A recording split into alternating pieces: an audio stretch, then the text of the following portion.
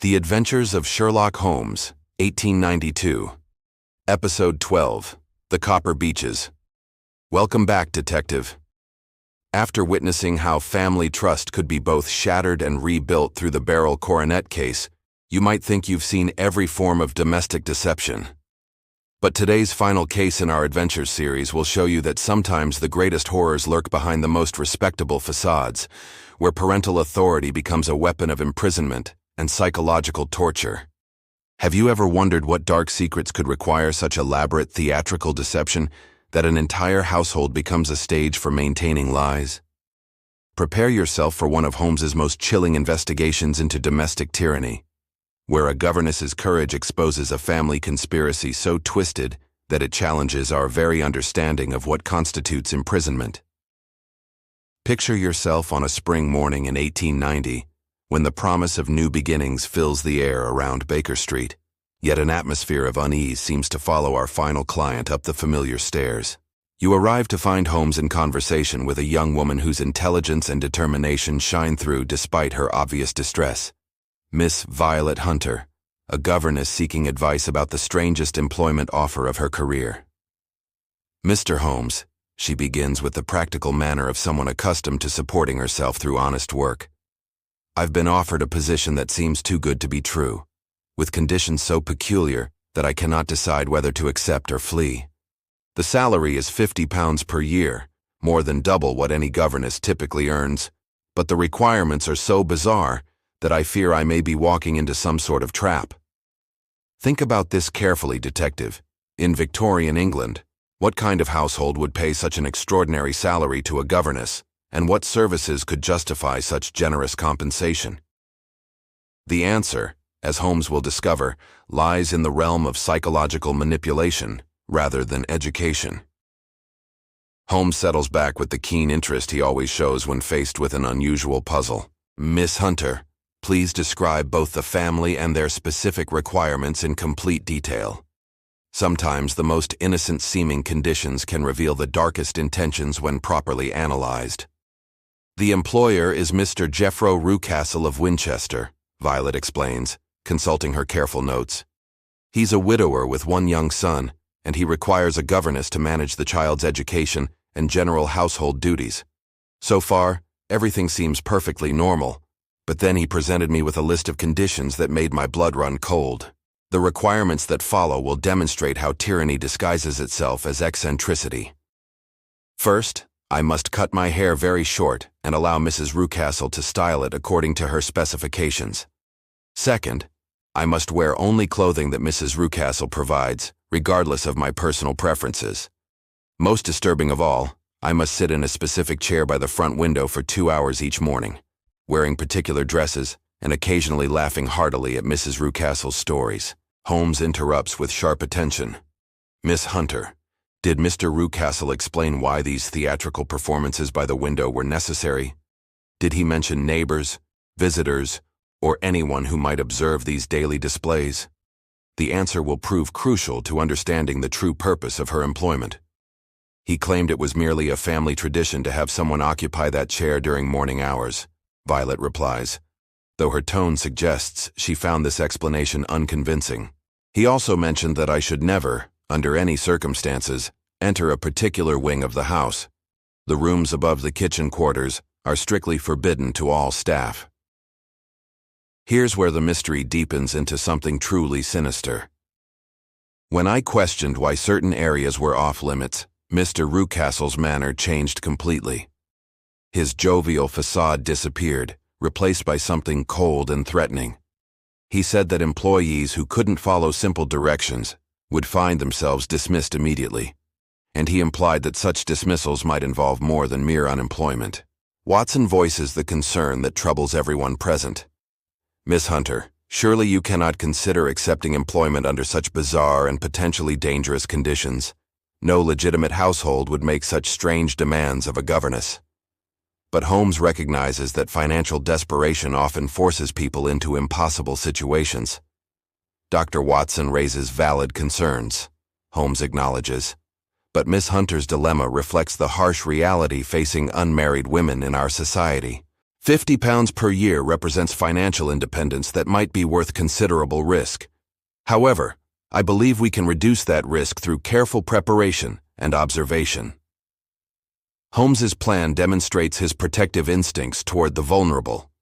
Miss Hunter, if you choose to accept this position, you must promise to maintain contact with us through regular correspondence.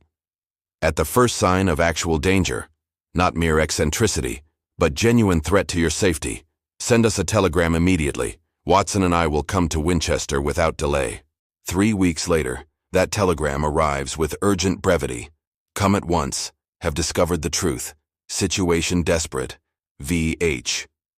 Holmes and Watson catch the next train to Winchester, fearing they may arrive too late to prevent a tragedy. At the Copper Beeches estate, you discover a property that perfectly embodies deceptive respectability.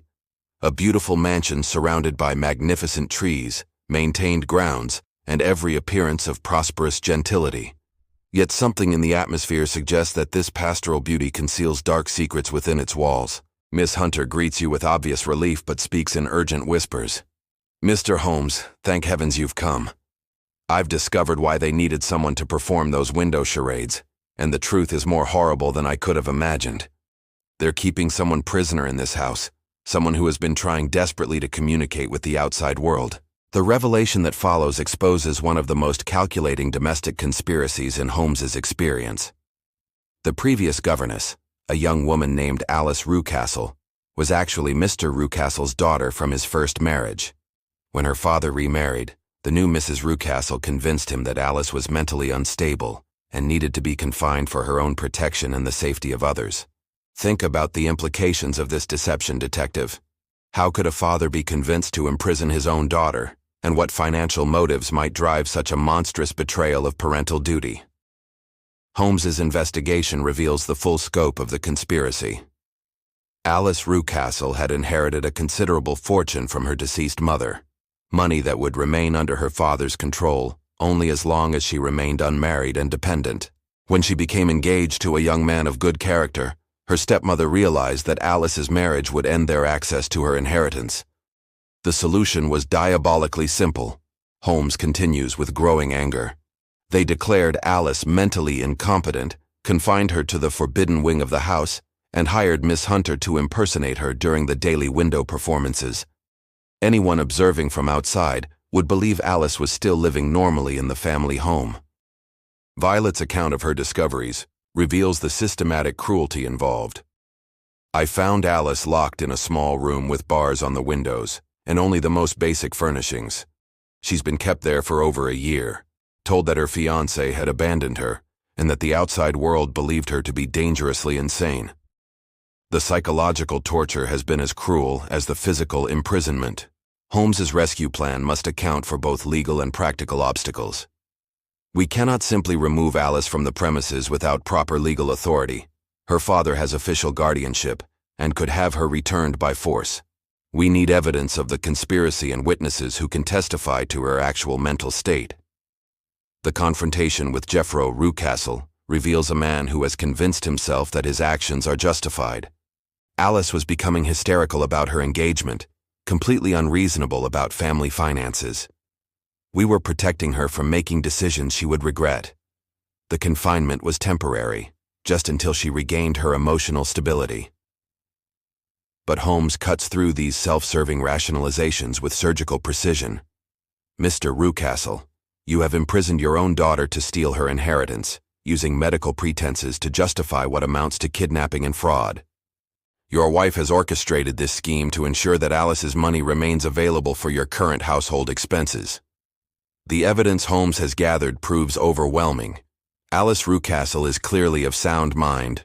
Her confinement was motivated purely by financial greed, and the elaborate deception involving Miss Hunter was designed to prevent anyone from investigating her disappearance or condition. The rescue itself requires both courage and careful timing. While Holmes distracts the Rucastle family with accusations and legal threats, Watson and Miss Hunter help Alice escape through a ground-floor window and reach the safety of the local constabulary. Alice's reunion with her fiancé, who had been desperately searching for her throughout her imprisonment, provides one of the most emotionally satisfying conclusions in Holmes's career. Her year of suffering ends with the promise of marriage to someone who never doubted her sanity or abandoned hope of finding her. The legal consequences for the Rucastles prove severe.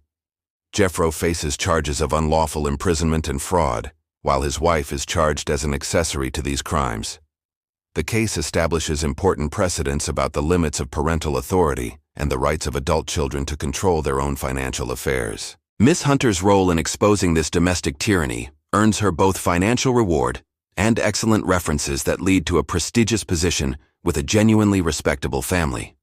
Her courage in accepting a dangerous situation and following through with the investigation saves Alice from potentially years of continued imprisonment. Holmes's final reflection on the case addresses broader social issues.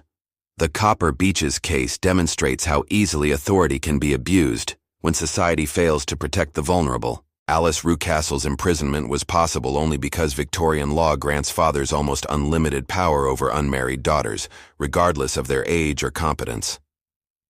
More troubling, Holmes continues, this case shows how financial incentives can corrupt even the most sacred family relationships. Jeffro Rucastle's love for his daughter was ultimately weaker than his desire to control her inheritance, leading him to betray every principle of paternal protection. Years later, Alice Rucastle would become an advocate for women's legal rights, using her horrific experience to argue for reforms that would prevent other daughters from suffering similar imprisonment by their own families. Her marriage proved happy and successful, though she never fully recovered from the psychological damage of her year in captivity. The Copper Beeches case serves as our conclusion to this series on the adventures of Sherlock Holmes, demonstrating that the detective's greatest victories often involve protecting the powerless from those who would exploit their vulnerability. Sometimes courage lies not in facing external enemies, but in challenging the tyranny that masquerades as family authority. So tell me, detective, did you recognize the signs that Alice was being impersonated rather than voluntarily performing those window displays? What does this final case teach us about the balance between family authority and individual rights?